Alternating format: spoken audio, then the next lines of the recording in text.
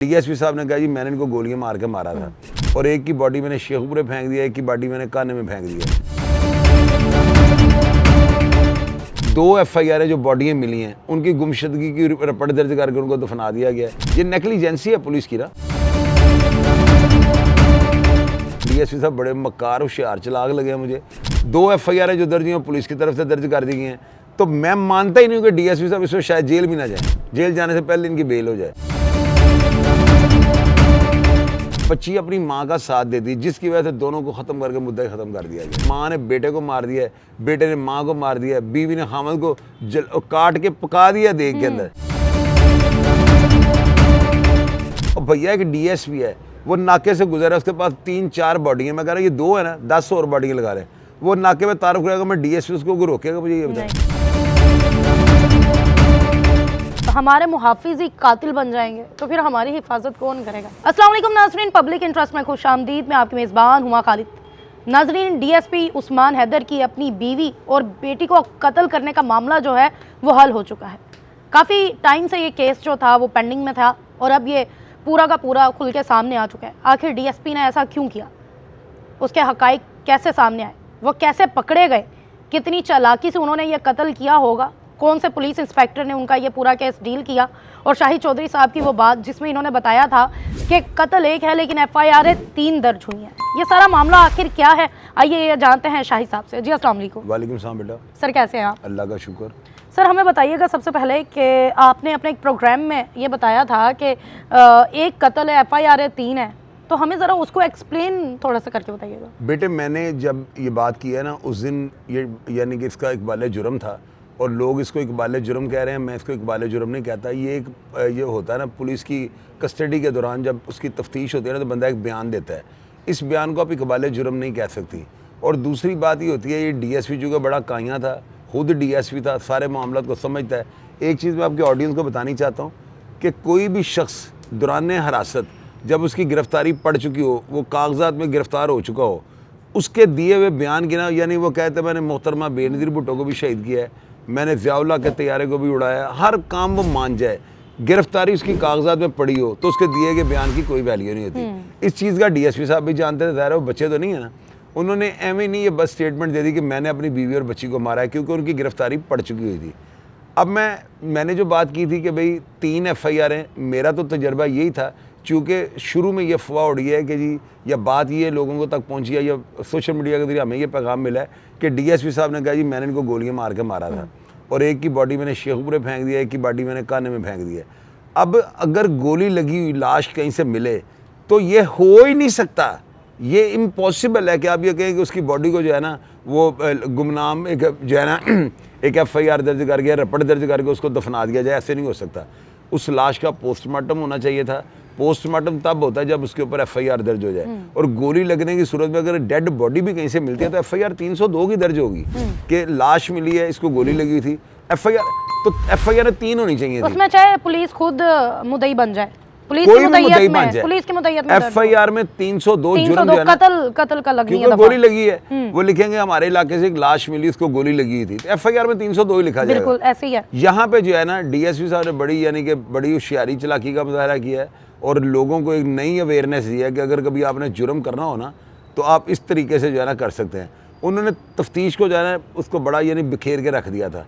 मिसाल के तौर पे अगर कल को ये तफ्तीश होती है तो बंदा सोच में बढ़ जाए, एक बॉडी वहाँ से मिली, एक बॉडी वहाँ से, कातिल कौन था, ये पता नहीं क्या वाक़या था, उलझाने के लिए जो है ना सारा ही काम किया। अब आप देखें कि हैरानगी की बात यह है, 2 एफआईआर जो बॉडियाँ मिली हैं उनकी गुमशुदगी की रिपोर्ट दर्ज करके उनको दफना दिया गया। यानी मेरी समझ से बात ये नेग्लिजेंसी है पुलिस की ना, कि उसके पोस्टमार्टम ही नहीं किया गया, पोस्टमार्टम ही नहीं किया गया और काज ऑफ उनका डेड ही नहीं पता लगा कि ये तो ऐसे लिखा गया कि जैसे कोई नशे की लाश मिलती है ना तो उसका पंचनामा यानी करने से पहले जो है ना उसको दफना दिया जाता है। उसका पोस्टमार्टम नहीं किया था कि ये नशे की लाश लग रही है, तो वो उस सूरत में हो सकता है कि 302 ना लगे। लेकिन जब फायर लगी बॉडी मिल जाती है तो बेटे एफआईआर तो 302 की दर्ज होगी। खैर इस चीज़ को आप छोड़ें। अब इसमें हालात जो इस वक्त जा रहे हैं वो ये जा रहा है कि डीएसपी साहब बड़े मक्कार होशियार चलाक लगे मुझे। उन्होंने बड़ा पक्का जो है वहाँ पे स्टेटमेंट दिया ताकि लोग जो है ना ठंडे हो जाएं कि जी उन्होंने इकबाल जुर्म कर लिया। इकबाल जुर्म तो होता है जाके अदालत में आप करें, 164 के बयान मजिस्ट्रेट के सामने दे तो उसकी वैल्यू कुछ और होती है, उसको इकबाल जुर्म कहा जाता है। यहाँ पे तो सिर्फ ये इन्होंने अपनी तफ्तीश जो है ना उनकी पुलिस की आसान कर दी है और मीडिया को जो है ना ठंडा करने के लिए एक स्टेटमेंट दे दिया है। इसको सिर्फ जस्ट एक स्टेटमेंट आप कह सकते हैं, इसकी कोई कानूनी हैसियत नहीं है। अगर आप ये कहें कि डीएसपी साहब ने सोशल मीडिया पे पैगाम यानी सोशल मीडिया के लिंक लग जाएंगे और इनकी बेल कैंसिल हो जाएगी, ये इम्पॉसिबल है। इसकी कोई गिरफ्तार मुलजिम के दिए गए बयान की कोई वैल्यू नहीं होती। ये तो तयशुदा बात आपको बता रहा हूँ ना। डीएसपी साहब के इस केस का कुछ भी नहीं बनना क्योंकि मुद्दई उनकी वो है पुलिस है, यानी पहली जो FIR उसमें डीएसपी साहब खुद गवाह के मुद्दई हैं। 2 FIR जो दर्ज हैं पुलिस की तरफ से दर्ज कर दी गई हैं। तो मैं मानता ही नहीं हूँ कि डीएसपी साहब इसमें शायद जेल भी ना जाएँ, जेल जाने से पहले इनकी बेल हो जाए, यानी ये भी कोई बड़ी बात नहीं है।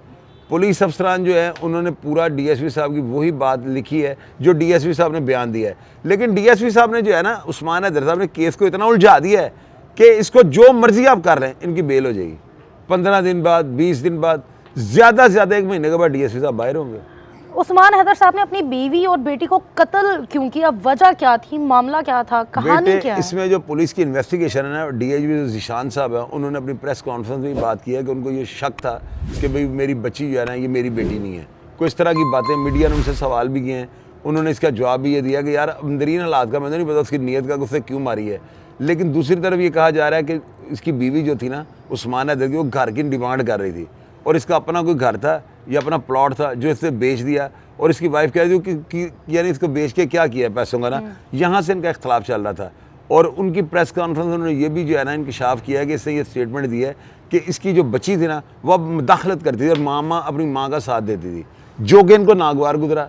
दूसरी तरफ ये भी बात की जा रही है कि बच्ची अपनी माँ का साथ देती, जिसकी वजह से दोनों को ख़त्म करके मुद्दा ही ख़त्म कर दिया गया। शाहिद साहब, क्या एक बाप इतना सफाक कातिल हो सकता है?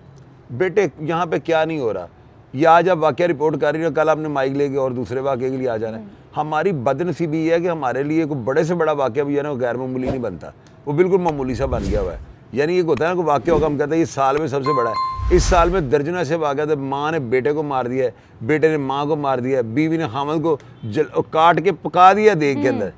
20 ऐसे वाक़यात हमने खुद रिपोर्ट किए हैं। कुछ अर्सा पहले एक DIJ के कत्ल का मामला आया था लाहौर में। जी। उनकी बीवी और बेटी आज तक इंसाफ के लिए घूमते रहे, लेकिन मैंने खुद उनके मुंह से सुना कि हमें इंसाफ नहीं मिला। बेटे इंसाफ मिल जाता है, लेकिन इंसाफ शाहिद के सर पे मिलेगा ना, बगैर शाहिद के पुलिस वालों के पास कोई अल्लाह दिन का चिराग तो नहीं है कि हर चीज़ को मंजरेआम पे लें। बाद का कातिल जो है वो इतना मक्कार होता है, इतना चालाक होशियार होता है, वो तफ्तीश को उलझा देता है। अब यहाँ पे 2 चीज़ें होती हैं, मुद्दई जो होता है ना वो कमज़ोर होता है, मुद्दई जो है उसको कानून का नहीं पता होता, मुद्दई के पास पैसे नहीं होते, मुद्दई के पास टाइम नहीं होता, मुद्दई बैरून मुल्क रहने वाला होता है। तो ये सारी चीज़ें जो है ना तफ्तीश में जो है उसको उलझा देती हैं, जिसकी वजह से जो है ना रिलीफ पैकेज मिल जाता है मुलजिम को। सर, हमें ये बताइएगा कि SP अयाज साहब ने भी बताया कि उन्हें जो DSP उस्मान हैदर अपना डाला लेके घूमते थे, उस डाले की सीट से भी कुछ शवाहद उन्हें मिले थे। वो जब ये तफ्तीश के दौरान सामने बात आई ना कि बॉडियाँ कैसे फेंकी, तो उन्होंने स्टेटमेंट ये दी है कि मैंने अपनी गाड़ी के ऊपर जो है ना बॉडियाँ फेंकी हैं। तो ये सवालिया निशान है कि एक बंदा लाशें लेकर गाड़ियों में घूम रहा है, अपनी गाड़ी के अंदर वो फेंक रहा है इनको या जो भी कर रहा है, तो उसको रोकने वाला कोई नहीं। यहाँ पे मीडिया कह रहा है कि जी देखे पुलिस सोई थी, और भैया एक DSP है, वो नाके से गुजरा है, उसके पास 3-4 बॉडियाँ, मैं कह रहा ये 2 है ना, 10 और बॉडियाँ लगा रहे हैं, वो नाके में तारुफ रहेगा, मैं DSP उसको रोकेगा, मुझे ये बताएं। तो ये सीधी सी बात है, मीडिया जो है ना वो हमेशा जो है ना उल्टे ट्राइंगल से बात करता है, यानी वक्की से उन्होंने बात निकालनी होती है, वो बात जो लोग गई वो वाजिब बड़ी ने बात कर दी। अब एक DSP है, यहाँ पे प्रेस की सिर्फ प्लेट लगी हो ना तो पुलिस वाले हाथ नहीं देते, डरते हैं। तो एक DSP सर्विंग यानी कि वो मौजूदा DSP है, उसकी गाड़ी के अंदर अब 10 लाशें रख दें, उसको अगर जाकर पिंड दादर हाँ छोड़ा वो छोड़ा है, उसको किसने रोकना है? जहाँ पे अपना पुलिस कार्ड दिखाना है उन्होंने कहा जाए सर। ये एक सवालिया निशान तो हमारे महकमे पर भी है ना, कि अब हमारे महकमे कुछ ऐसा करेंगे कि उनके आला अफसरान को भी रोका जाए और पूछा जाएगा कि भाई कहाँ जा रहे हैं, किधर से आ रहे हैं, कि फिर दोबारा मामला बेटे ये क़यामत तक नहीं हो सकता, ये कभी भी नहीं होगा। इसके ऊपर मैं अगर कोई भी राय दूंगा तो वो लोगों ने नीचे लेकिन ऐसे हो नहीं सकता, ये नामुमकिन है। हमारे यहाँ पे शुरू से ये रवायत बन चुकी है ना, हम हमेशा रवायात को जो है ना फॉलो करते हैं, हम कानून को तो देखते नहीं है। हमारे यहाँ पर रवायत यही चलती है, अरे बड़ों को सलूट करना है, बस ये करना है सो करना है। आप इस केस को आप कहाँ देख रहे हैं, आपको क्या लगता है इस केस को? बेटे ज़्यादा से ज़्यादा ये दिसंबर है ना, मेरी प्रेडिक्शन या मेरा तजर्बा ये कहता है कि जनवरी में साहब बाहर होंगे और आगे फरवरी में ये बहाल हो जाएंगे, फिर दोबारा बहाल हो जाएंगे। बेटे देखो उसका फैमिली मैटर है ना, ये उन्होंने कोई डकैती तो नहीं ना की, किसी को मुद्दई के बाहर का तो नहीं ना, मुद्दई जाहिर है ये अगवा की FIR इन्होंने कटवाई है, एक बच्ची की लाश शेखपुरा की पुलिस ने काटी है, दूसरी बीवी की लाश जो काना पुलिस ने काटी है, और काना में ये सर्विंग थे, काना के अंदर ये काम कर रहे थे। तो ये केस का कुछ भी नहीं बनना, मैं 0-0 इसको मैंने कर दिया हुआ है। ये मैंने तो आपको फरवरी का कहा है ना, ये जनवरी के एंड से पहले ये बाहर होंगे। अगर हमारे मुहाफिज ही कातिल बन जाएंगे तो फिर हमारी हिफाजत कौन करेगा? बेटे ये देखे ना, पता क्या होता है, हर फैमिली के अंदर इस तरह के मामला होते हैं। यहाँ पे आगे जो है ना, मैं इस बात का मैं इसके इख्तलाफ करूँगा, क्योंकि उन्होंने पब्लिक को जो है नुकसान नहीं पहुँचाया, वो अपना फैमिली मैटर था। फैमिली में आगे बंदा इश्तिहाल में पिछले दिन DIG साहब जो है उन्होंने खुदकुशी कर ली है, सुसाइडिंग कर ली है, बिल्कुल। तो उसमें जो है हम कहेंगे कि पुलिस वाले खुदकुशी क्यों कर रही है, तो उनका ज़ाती फेल है ना। लेकिन कत्ल ये है कि उनको उन्होंने करके अपनी शोहरत को नुकसान पहुंचा लिया है। अब जितनी देर वो जिंदा रहेंगे लोग उन पे उंगलियां उठाते रहेंगे। IG उस्मान अनवर को यहाँ पे कुछ करना नहीं चाहिए? बेटे उन्होंने किया तो है, देखे ना कि DSP को गिरफ्तार कर लिया। अगर पुलिस यहाँ पे कुछ ना करती तो मुझे ये बताएं, वो DSP को रिलीफ भी दे सकते, जाओ यार कोई गल नहीं, कवर कर लेंगे। उन्होंने कवर नहीं किया। जो स्टेटमेंट अब देखे ना, कानून के मुताबिक IG साहब ने चल रहे ना, या हमारे फैसल कामरान साहब जो हैं उन्होंने कानून से हटके तो नहीं चलना। कानून के मुताबिक जो शवाहिद है उन्होंने रख दिया, जो उसका बयान है वो सामने रख दिया। अब बात आती है अदालत पे, अदालत 100% रिलीफ दे, क्योंकि शवाहिद नहीं है ना, इस्तगासा मजबूत नहीं हो सकता, इस्तगासे में जान ही नहीं होगी तो कैसे जज सजा देगा। चलो शाहिद साहब, आपका बहुत शुक्रिया, आपने अपना कीमती टाइम दिया, और आखिर में एंड हमें यही मिला कि मुजरिम जितना चालाक हो और जितनी चालाकी से वो जुर्म करता है तो वो बच जाता है। और पहले हम ये जुर्म करना सिर्फ फिल्मों और ड्रामों में देखते थे कि कैसे जुर्म करते हैं और फिर मुजरिम जो हैं वो बच के निकल जाते हैं, लेकिन आज ये चीज़ हमें अपनी ज़िंदगी में देखने को मिल रही है कि कैसे एक DSP ने सफाकी से कत्ल किया। और कहने की बात यह है कि थोड़े से वक्त के बाद वो दोबारा बाहर होंगे, बहाल होंगे, और मामलाते ज़िंदगी जो है वो दोबारा से वैसे की वैसे हो जाएगी। मुझे इजाज़त है, मिलते हैं अगले प्रोग्राम में, तब तक वस्सलाम।